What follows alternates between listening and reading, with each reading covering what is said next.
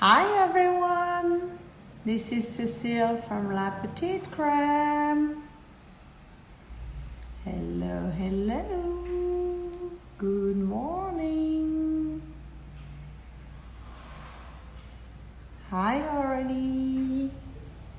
Hello, hello, hello, hi everyone. All people are joining. It's our first live that we schedule, so we're excited to see that we have few people in here. So let's wait a little bit. I hope everybody is doing well this morning. Hi. Just waving at everyone. Hello, hello. So we're gonna wait a few more minutes before I add our co-host. Good morning. Hello, everyone. So as you can tell, it's only me, Cecile, today. Unfortunately, Fanny's kids are not feeling too well. So yesterday she had one sick child, and today she has two sick children. So she's going to try to join us in the chat, but she's probably in between coughing medication and rinsing a nose or like dealing with a fever. So we send her a lot of good vibes, for that. Hello, everyone. So let me, now that we have, mom is live with you. I think most of us can relate here with the sick kiddos. So let me try something, and I'm gonna add a co-host here.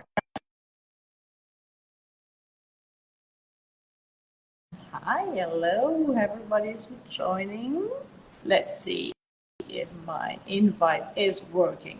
Again, that's our first live here, so please bear with us. We're going to be talking more interesting stuff in a minute, as soon as I can get everybody here. And again, I'm Cecile from La Petite Crème. May be able to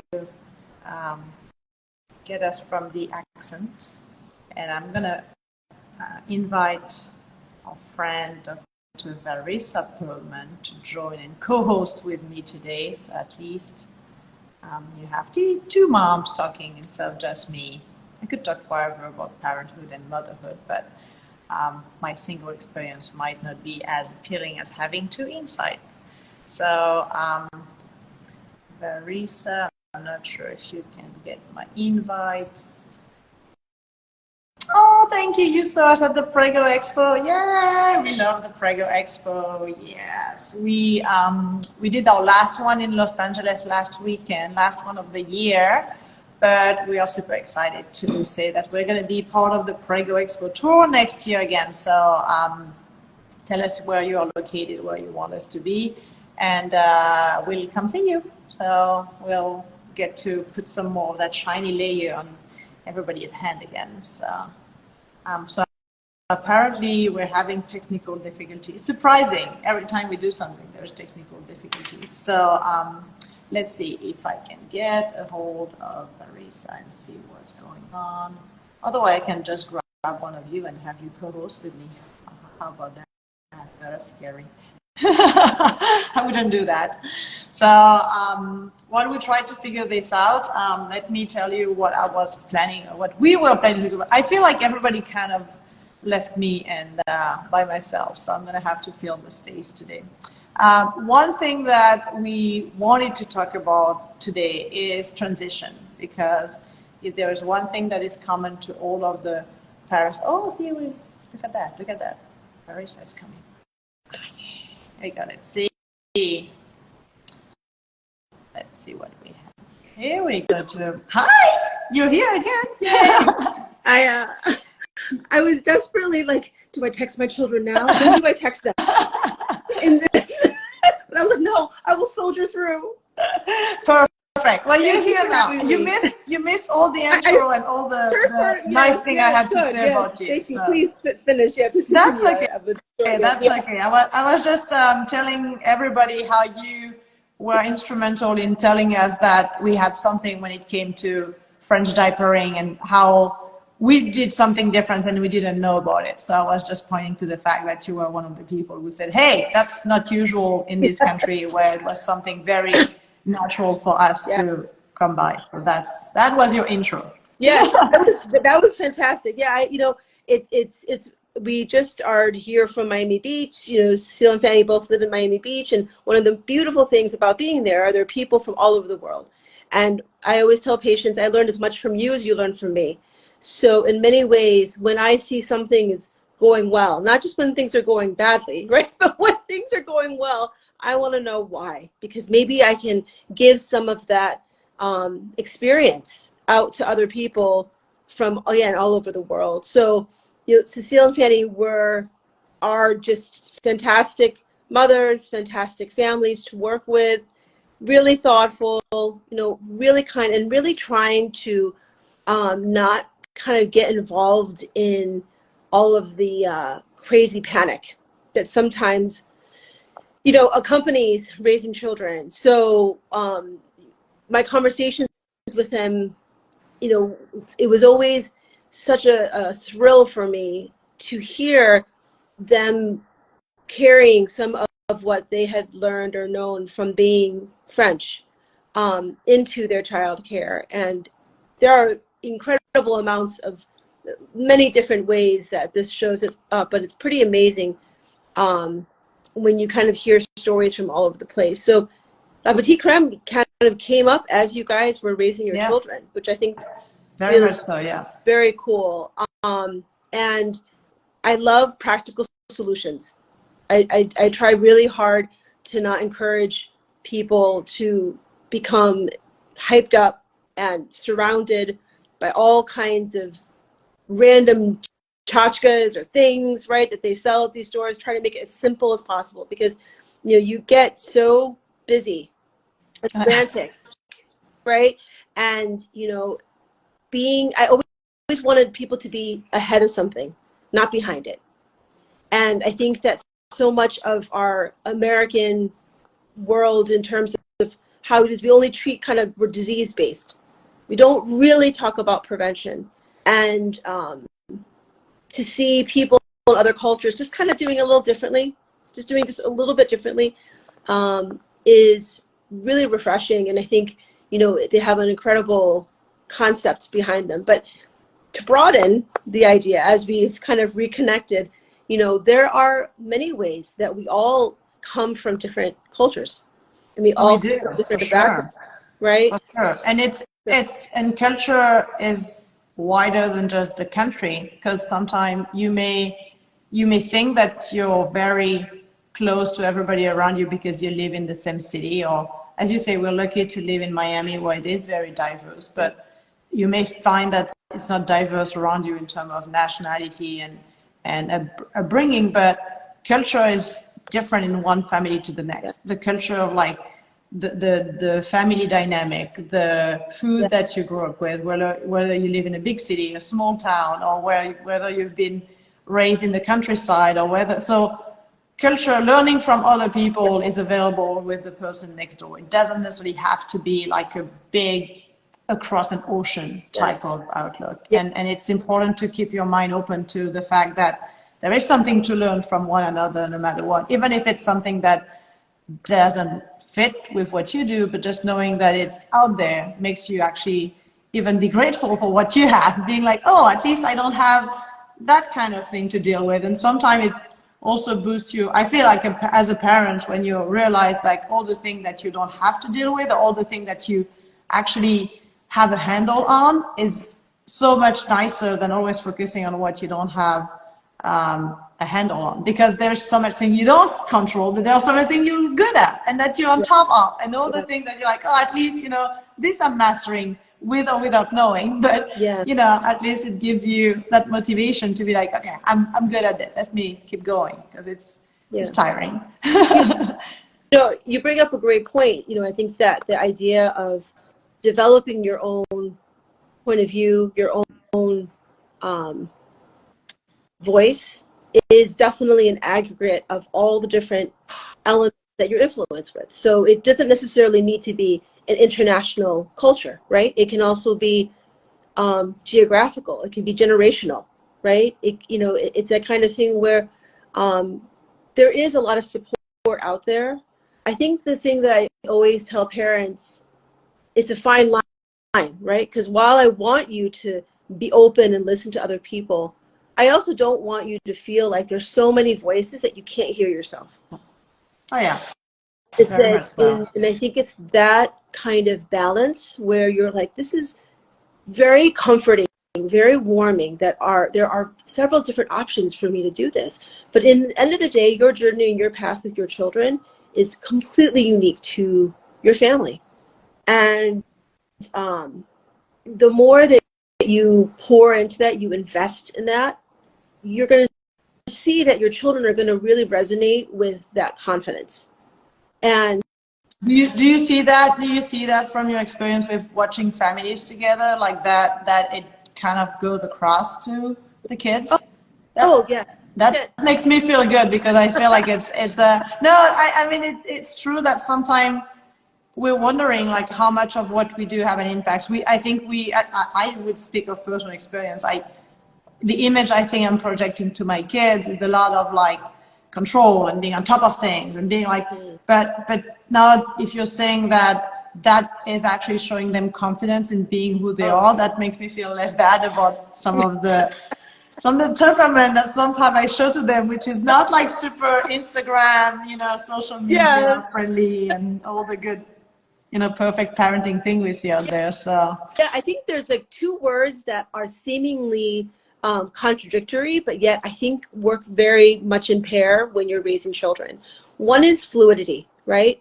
Being able to be fluid with the way you think about the way that you are perceiving the world, the way that you are consuming what is kind of coming towards you. Because, when we get stuck, right? We get stuck in our thoughts, we get stuck in like the way things are supposed to be, the ways things should be. We miss the inherent kind of like lovely chaos, is like what I would like to say.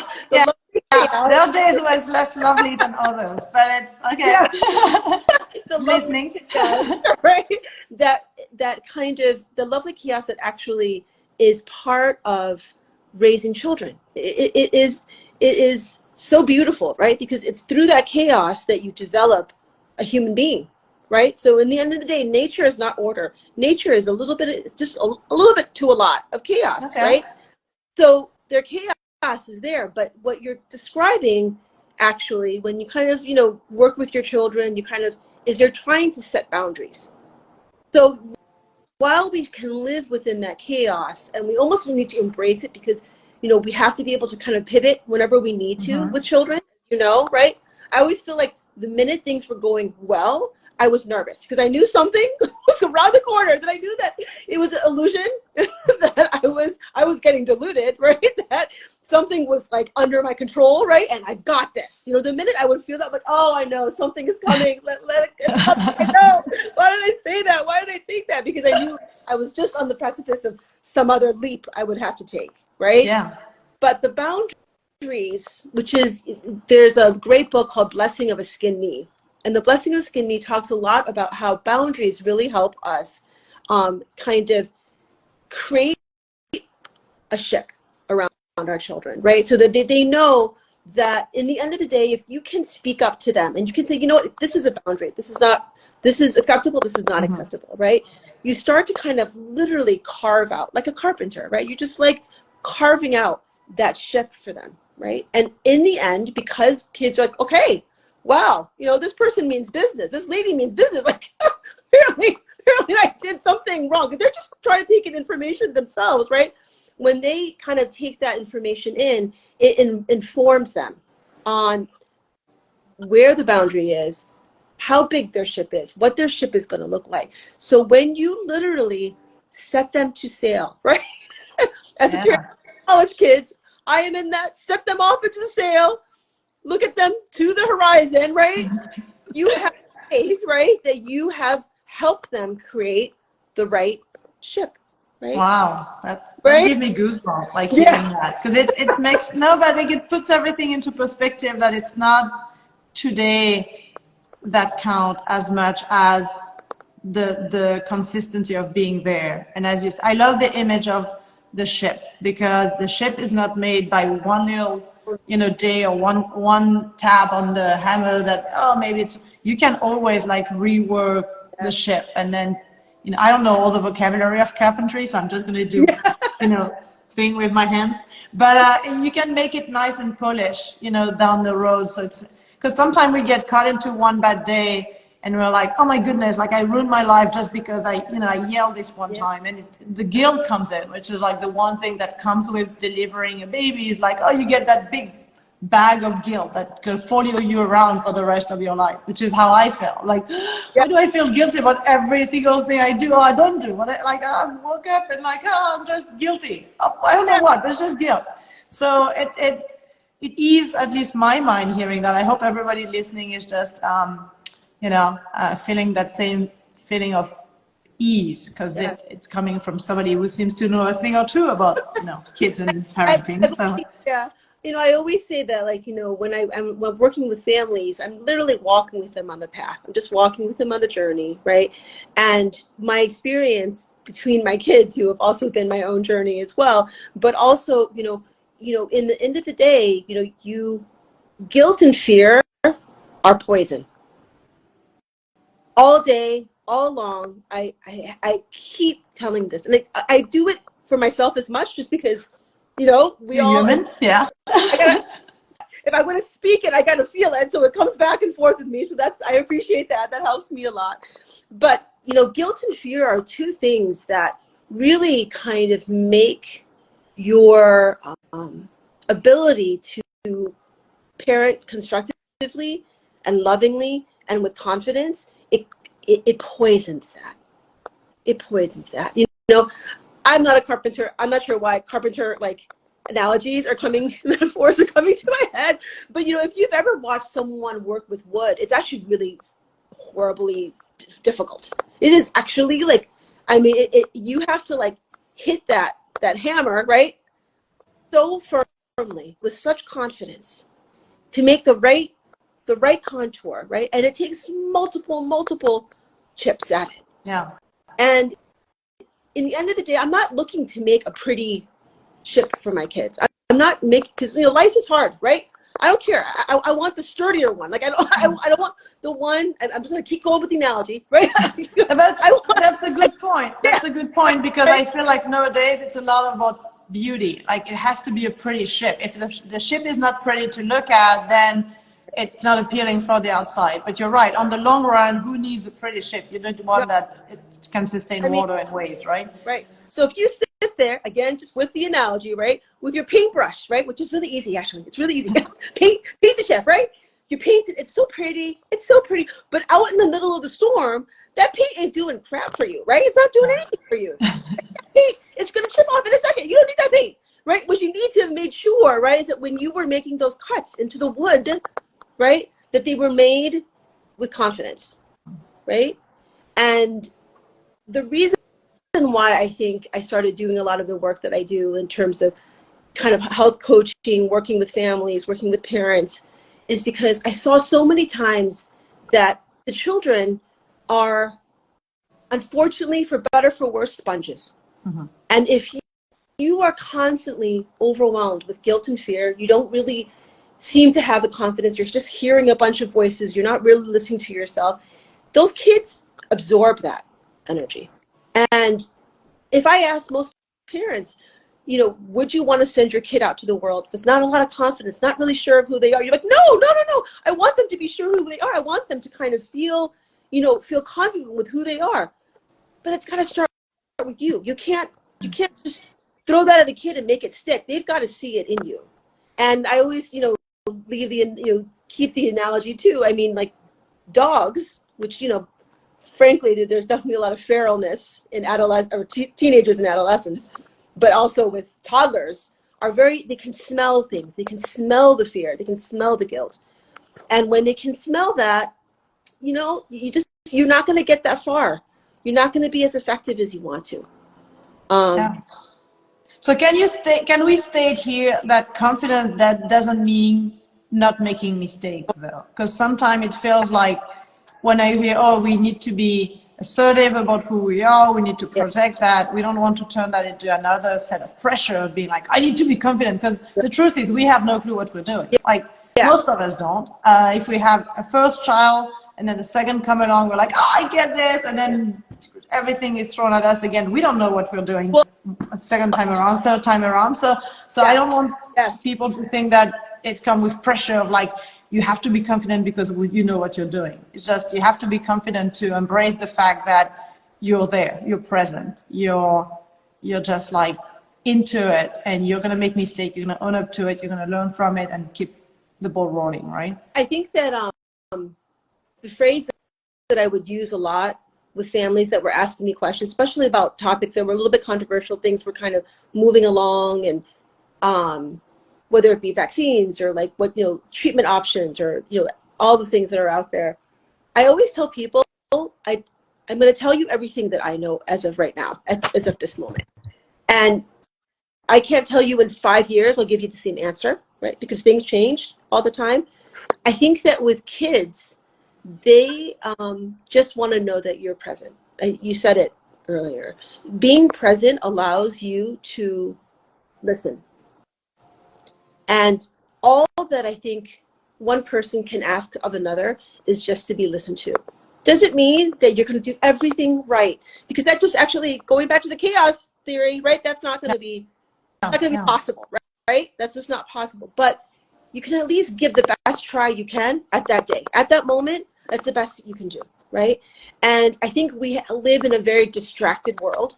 Again, all the voices and all of the kind of like parading of my parenthood, right? That I can do this well, I'm doing this well, is really very deceptive, because it really, I think, takes away the magic of being a parent, right? And I think that I cannot speak enough, and it is a cliche, but I mean, the times where I've messed up the most have ended up being the most joyful moments in my life, because they were incredible pivot moments for me.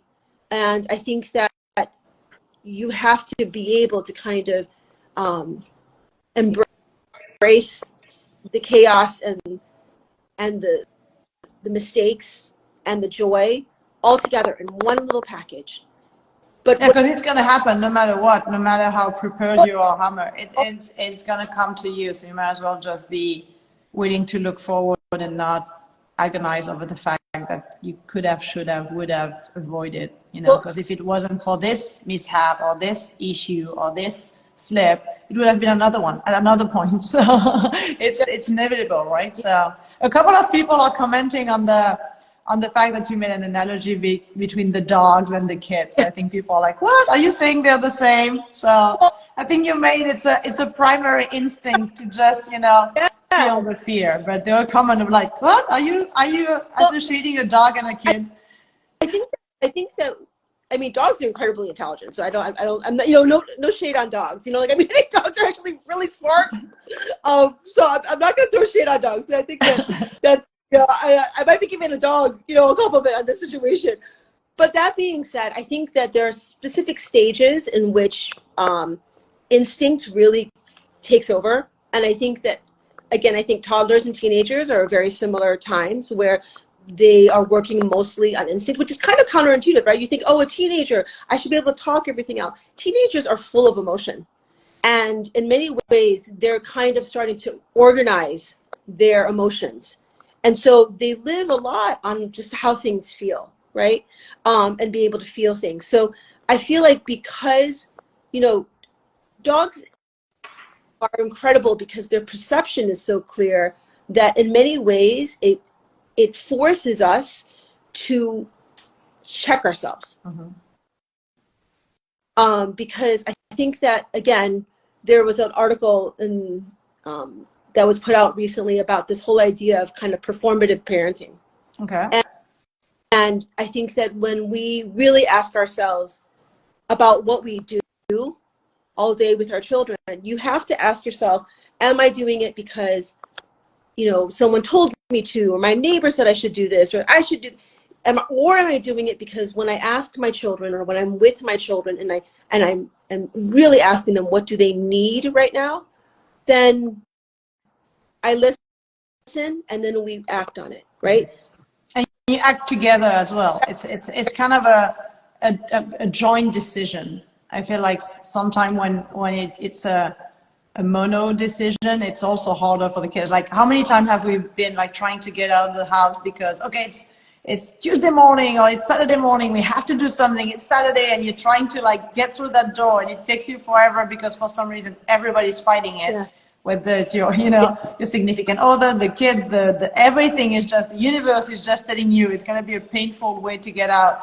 Then you get outside, you do something, and everybody's miserable because it's not what they wanted to do. And you put all that energy and pressure into it. We need to have a good time. Let's take pictures and stuff. And might be one of those moments where if you had looked at, okay, what did we need? Maybe we just needed to be relaxed and not go through that pain and just sit at home and hug. That could have been sufficient from the kid's standpoint and from the parent's standpoint, to be honest, because you don't like put that pressure and that hard time on yourself. So I think it's funny because I'm really glad that you kind of challenged the word confident, because I think that it is a word that has many layers and nuances to it.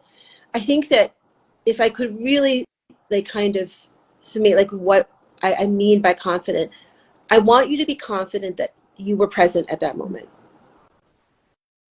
You know, it's interesting because they often talk about like prayers, right? Do you pray, you know, I want this outcome, I want this thing, I want this achievement, right? And somewhere along the way I kind of heard, and you don't have to necessarily even be a religious person to understand this, but you know, that you should just kind of pray for the strength to take on whatever is put towards you. Because sometimes you know specifics, right? And I think that in many ways, that openness to how that day or that world is going to go around is going to actually give us a better handle on how to parent best with that child. Yeah, so I think that that's the part that, you know, the instinctual element of dogs. I think the reason why I bring up dogs is because a lot of time, especially with toddlers and even with teenagers, we do a lot of talking, a lot of. I do that a lot. That's my favorite thing. Right? And then you just, and you're in timeout because you did this and you did it, right? And I always kind of tell, especially women, I'm like, stop talking. Because sometimes when we talk, we make things so confusing, right? And all they hear is like Charlie Brown, like ba ba ba ba ba. Like they don't really hear. They're not hearing us, right? So, and many times, I did this as a teenager too. So, with the teenagers too, a lot of times, like you said, like if you are having a moment and everything is kind of like spiraling, just shut your mouth, right? Or open your thoughts, right? So open your empathic ability and say, let me be present with you. You're freaking out. I'm not going to talk you out of this, right? You're not freak out. You're going to go through it. Maybe take a couple deep breaths just to kind of shadow or to model. Okay, right? Take a couple deep breaths and then calm. But if you try to talk through it, you miss the puppy doesn't understand it, right? They just don't understand it. And I've seen people, I don't have a dog myself. I've seen people with their dogs, and people are so tender with their dogs, right? And when they're firm, they're firm. They can hear their voice, right? And when they are being tender, they don't even have to speak. They can just touch in a certain way. We seem to understand that, right? With our dogs, but we don't really understand that with our children. That sometimes I think the language comes in as we use language, and I'm the first to do that. We use language as the way to like show things, but maybe that's an overstep. Right? I know this sounds crazy, but it's kind of the easy way out. You know, it's a lot easier to, you know, no, you should, and then pull the script of what you're supposed to say, right? Versus like, hey, I think I'm a little upset too. Like, I think I'm not in a good place now too. I think I need a couple breaths. I need a timeout. Like, I need a timeout. A lot of times, you know, you're the one who's freaking out. Like, they're not okay, right? You're the one who's like having a really bad day. Like, it's having a really bad day. So it's a lot harder for us to like internally put that gaze back onto us. and also, and say, hey, you know what, I might need to take a minute, Yeah. right? Then to say, well, the disciplined people say that I should tell them the 3 steps for them to, I mean, it's a lot. We go into this whole thing, and it becomes a lot more complicated. One of the things that I think is really neat about elements that I've seen in French parenting is that there are, yes, there is some talking, obviously, but there is a lot of element of learning ways that you have to kind of calm down. You have to self-calm yourself. You can't take their children into very nice restaurants and no one's throwing anything. And they teach them from a very young age how to kind of like try to kind of be a part of their own, conversation, to be able to calm themselves. Indian culture does a lot of meditative work. There's a lot of cultures that actually recognize that from a very young age, we have the capacity to pause. And the Sometimes desire, because it's helpful. It's helpful. Like it feels good to like scream and yell and be, having all your emotions take you over. But again, so much of what our children, so much about how they act is really just a reflection of how we are. That's the part that there's a great phrase, and I say it almost every day just because I think it helps me in my own life as well, is that the children are born the way they are to heal the family.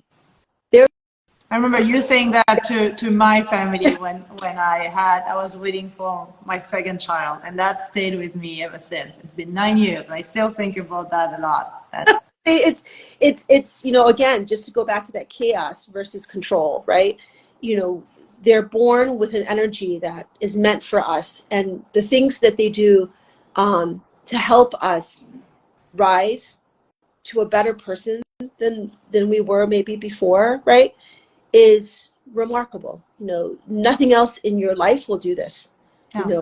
It's a mirror on your face, and sometimes it's not pretty, sometimes it's not so pretty, right? And it's important to understand that we can only learn by kind of unsurfacing like all of the things that are making us impaired, unable to be our best self, and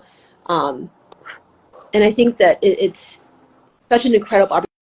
I love being a pediatrician. A lot of people will say, oh gosh, how can you be a pediatrician? The kids are, cute, but the parents are horrible, right? People actually tell me that. They say that to me. I'm like, and I actually say that, to me, the parents are my favorite part, because I've been able to watch parents, the first year, the second year, the 5th year, the 15th year, right? And to watch the evolution of a person, they become a person that they never even knew they could become. Because in the end of the day, they have to be their children's advocate. No one else advocates for your children except for you. And Sure. Yeah.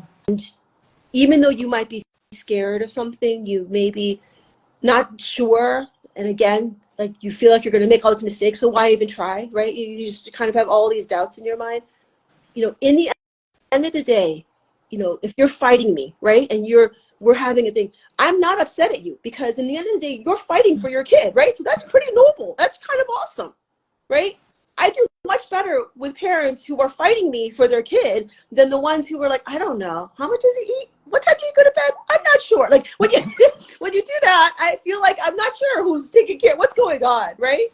But in many ways, I feel like it's a matter of harnessing that, and I'm going to use the word again, harnessing that confidence, right? Harnessing the confidence that you will be present with your children as much as you can be at every moment. You will listen as much as you can. You will create boundaries where you need to, right? You will teach them the ability to tolerate frustration. There's something called frustration tolerance, right?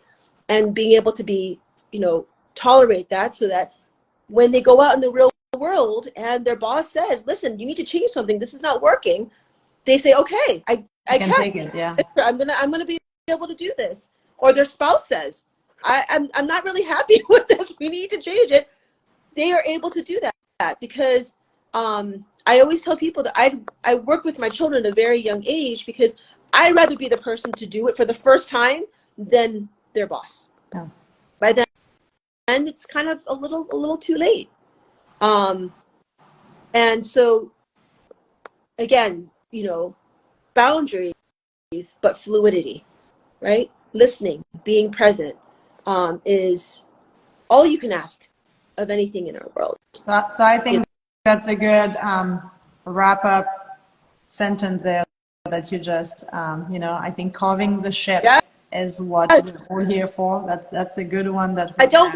And for those of don't just paint it, okay? Don't paint it. Don't paint it. Drop the paint. Get into your carpentry kit and get that carving going.